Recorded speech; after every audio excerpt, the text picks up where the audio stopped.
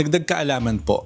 Noong nakarang araw, nag-uusap kami nung mga kaopisina ko. Nagtatalo-talo kami kasi nalilito sila ano ba ibig sabihin ng bilas, anong ibig sabihin ng manugang, nung balae, nung bitchin. Basta maraming term na ginagamit ng mga Pilipino sa mga pamilya nila. Kaya lang hindi natin alam kung ano talagang ibig sabihin. Ano nga ba talagang ibig sabihin ng mga katawagan na yan? Simulan natin sa pinaka-common.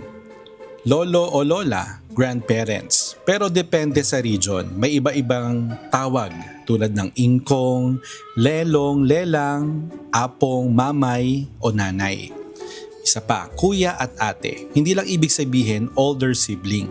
Ginagamit din ito bilang respeto, pagiging close o friendly na tawag. Kaya kahit hindi mo kapatid, kuya o ate pa rin. Bayaw. Asawa ng kapatid mo o kapatid ng asawa mo. Hipag, female version ng bayaw. Manugang, ito naman ang asawa ng anak mo. So kapag nag-asawa ang anak mo, manugang mo na siya.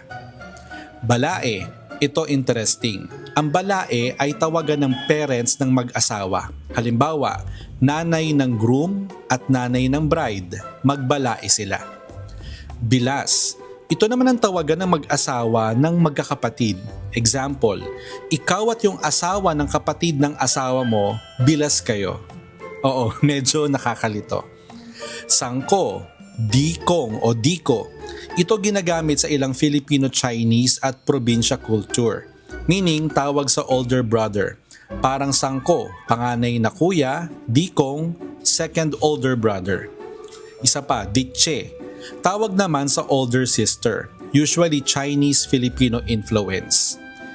Kaya sa Pilipinas, hindi sapat ang relative, kailangan specific. Sa madaling salita, yung dami ng tawagan natin, reflection din pala ng closeness ng kulturang Pilipino. Ikaw, anong Filipino term ang nakakalito para sa iyo? Sana may natutuhan po kayo at laging tatandaan, mapalad po ang tao na nakakasumpo ng karunungan at ang tao na nagtatamo ng kaunawaan.